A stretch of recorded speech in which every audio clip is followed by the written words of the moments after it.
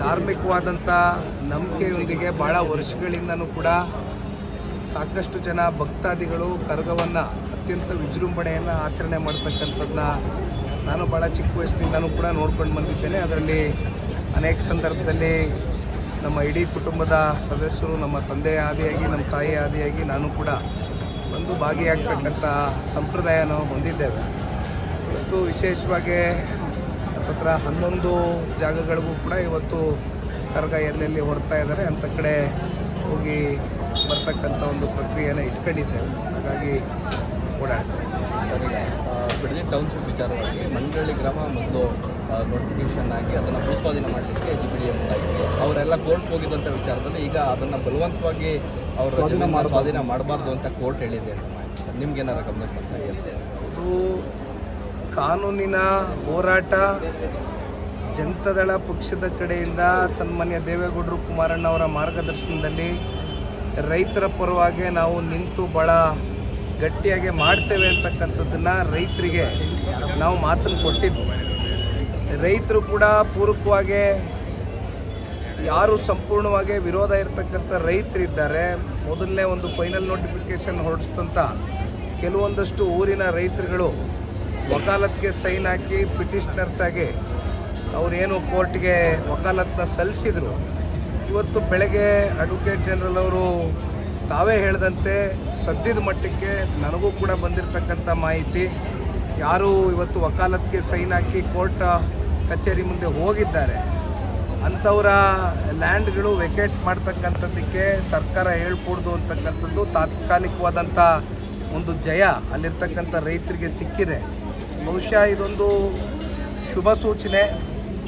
ರೈತರಿಗೆ 100ಕ್ಕೆ 100 ಕಾನೂನಿನ ಅಡಿಯಲ್ಲಿ ಒಂದು ದೊಡ್ಡ ಮಟ್ಟದ ಜಯ ಸಿಗುತ್ತೆ ಅನ್ನುವಂಥ ಅಚಲವಾದಂಥ ಒಂದು ನಂಬಿಕೆ ಇವತ್ತು ನನ್ನಲ್ಲಿದೆ.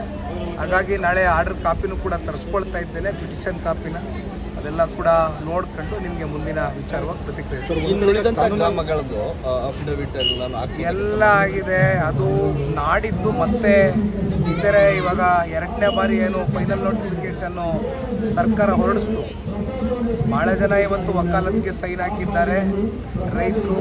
ಬಹುಶಃ ಅದು ಕೂಡ ನಾಡಿದ್ದ ದಿನ ಫೈಲಿಂಗ್ ಆಗ್ತಾ ಇದೆ. ಸೊ ಅದೂ ಹೆಚ್ಚು ಕಮ್ಮಿ ಈ ಶುಕ್ರವಾರದಷ್ಟರಲ್ಲಿ ಹಿಯರಿಂಗ್ ಬರುತ್ತೆ, ಫಸ್ಟ್ ಹಿಯರಿಂಗ್. ಸೊ ಹಾಗಾಗಿ ಕಾದು ನೋಡೋಣ ಏನೇನು ಒಂದಷ್ಟು ವಿಚಾರಗಳು ಚರ್ಚೆ ಆಗ್ತದೆ. ಈಗ ಶಾಸಕರು ಮಂತ್ರಿಗಳಾಗಿದ್ದಾರೆ, ಯೋಜನೆಗೆ ವೇಗ ಸಿಗುತ್ತೆ, ಇನ್ನು ಯೋಜನೆ ಮಾಡ್ತಾರೆ ಅನ್ನೋದ್ರ ಒಂದು ರೈತರಿಗೆ ಆತಂಕ ಇದೆ. ರೈತರು ಸಂಪೂರ್ಣವಾಗಿ ಇಲ್ಲಿ ವಿರೋಧ ವ್ಯಕ್ತಪಡಿಸ್ತಾ ಇರ್ತಕ್ಕಂಥ ವಾಸ್ತವ ಸತ್ಯ. ಈಗ ಇಲ್ಲಿ ಯಾರು ಮಂತ್ರಿಗಳಾಗಿದ್ದಾರೋ, ಯಾರು ಮುಖ್ಯಮಂತ್ರಿಗಳಾಗಿದ್ದಾರೋ, ಆದರೆ ರೈತರ ಭಾವನೆಗಳ ವಿರುದ್ಧವಾಗಿ ಹೋಗ್ತಕ್ಕಂಥದ್ದು ಬಹುಶಃ ಯಾರೂ ಕೂಡ ಇದನ್ನು ಮೆಚ್ಚತಕ್ಕಂಥ ವಿಚಾರ ಅಲ್ಲ. ನಾನು ಅವತ್ತು ಕೂಡ ಹೇಳಿದ್ದೇನೆ, ಸರ್ಕಾರ ಏನಾದರೂ ಇದನ್ನು ವಿತ್ ಕನ್ಸೆಂಟ್ ಪಡಿತಕ್ಕಂಥ ಪ್ರಯತ್ನ ಮಾಡಬೇಕು ಅನ್ನೋದಾಗಿದ್ದರೆ 2013ರ LARR ಆ್ಯಕ್ಟ್ ಏನಿದೆ ಇವತ್ತು ನಮ್ಮ ಮುಂದೆ ಇಲ್ಲ. ಡಾಕ್ಟರ್ ಮನಮೋಹನ್ ಸಿಂಗ್ ಜಿರವರು ಪ್ರಧಾನಿಗಳಾಗಿದ್ದಾಗ ಕಾಂಗ್ರೆಸ್ನವರು ಮಾಡಿದಂಥ ಆ್ಯಕ್ಟ್, ಆ ಆ್ಯಕ್ಟಲ್ಲಿ ಏನಾದರೂ ಇದನ್ನು ಮಾಡಿದರೆ ಬಹುಶಃ 80%ಕ್ಕೂ ಹೆಚ್ಚು ಜನ ರೈತರು ಕನ್ಸೆಂಟು ಪಡ್ಕೋಬೇಕಾಗಿತ್ತು. ಆದರೆ ಕೂಡ ಆ್ಯಕ್ಟ್ನ ತೊಗೊಬರ್ತಾರೆ. ನಾನು ಅವತ್ತು ಹೇಳಿದ್ದೀನಿ, ಮತ್ತೆ ಹೇಳ್ತಾ ಇದ್ದೀನಿ, social impact survey, environmental impact survey ಇವೆಲ್ಲವೂ ಕೂಡ ಕೋರ್ಟು ಗಮನಿಸುತ್ತೆ. ನ್ಯಾಯಾಧೀಶರು ರೈತರ ಪರವಾಗಿ ಒಂದು ವಿಚಾರದಲ್ಲಿ ನಿಂತು ಒಂದು ಒಳ್ಳೆ ತೀರ್ಪು ಕೊಡ್ತಾರೆ ಅನ್ನೋದು ನಾವು ಕಾದು ನೋಡೋಣ. ಸರ್, ಈಗ ಒಂದು ಕಡೆ ಕಾನೂನು ಹೋರಾಟ, ಮತ್ತೊಂದು ಕಡೆ ಪರಿಹಾರ ಕೂಡ ಒಂದಷ್ಟು ಜನ ರೈತರುಗಳು ತಗೊತಾರೆ. ಇದು ಸಾಕಷ್ಟು ಗೊಂದಲ ಆಗಿರುವಂಥದ್ದು. ಅಂದರೆ ತಡೆ ಒಂದು ಕಡೆ ಸಿಗ್ತಾ ಇದೆ, ಜೊತೆಗೆ ರೈತರುಗಳು ಪರಿಹಾರ ಸಿಗ್ತದೆ. ಯೋಜನೆ ಎಲ್ಗೋ ನಿಂತ್ಕೊಳ್ಳುತ್ತೆ ಅಂತ. GPDAನಲ್ಲಿ ದುಡ್ಡೆಲ್ಲಿಂದ ಹುಟ್ಟಿದೆ? BMRDAಯಿಂದ ಕೆಲವೊಂದಷ್ಟು ಆಸ್ತಿ ಪಾಸ್ತಿಗಳನ್ನ ಅಡಮಾನ ಇಟ್ಟು ಒಂದಷ್ಟು ದುಡ್ಡು ತಗೊಬಂದಿದ್ದಾರೆ. BMRDA ಯಾರ್ದು? ಜನರದು. ಈ CS ಸೈಟ್ಗಳು, ಈ ಪಾರ್ಕ್ಗಳು, ಅಲ್ಲಿ ಇಲ್ಲಿ ಆಸ್ತಿಗಳಿರ್ತಕ್ಕಂಥ ಒಂದಷ್ಟು ದುಡ್ಡನ್ನ ಅಡಮಾನ ಇಟ್ಟು ಜೊತೆಯಲ್ಲಿ BDAಲಿರ್ತಕ್ಕಂಥ 2000 ಈಕ್ವಿಟಿನೂ ಕೂಡ ತೋರಿಸ್ಕೊಂಡಿದ್ದಾರೆ. ಸರ್ಕಾರದ ಹತ್ರ ದುಡ್ಡಿಲ್ಲ. ಆದರೆ ಎಲ್ಲೋ ಒಂದು ಕಡೆ ರೈತರು ಇದರಿಂದ ಆಕರ್ಷಣೆ ಆಗ್ಬಿಡ್ತಾರೆ ಅಂತಕ್ಕಂಥದ್ದು ಸರ್ಕಾರ ಏನಾದರೂ ಅಂದ್ಕೊಂಡಿದ್ರೆ, ಇಲ್ಲಿ ಇರ್ತಕ್ಕಂಥವರು ಸಣ್ಣ ರೈತರು, ಅತಿ ಸಣ್ಣ ರೈತರು ಬಹುಸಂಖ್ಯೆಯಲ್ಲಿದ್ದಾರೆ.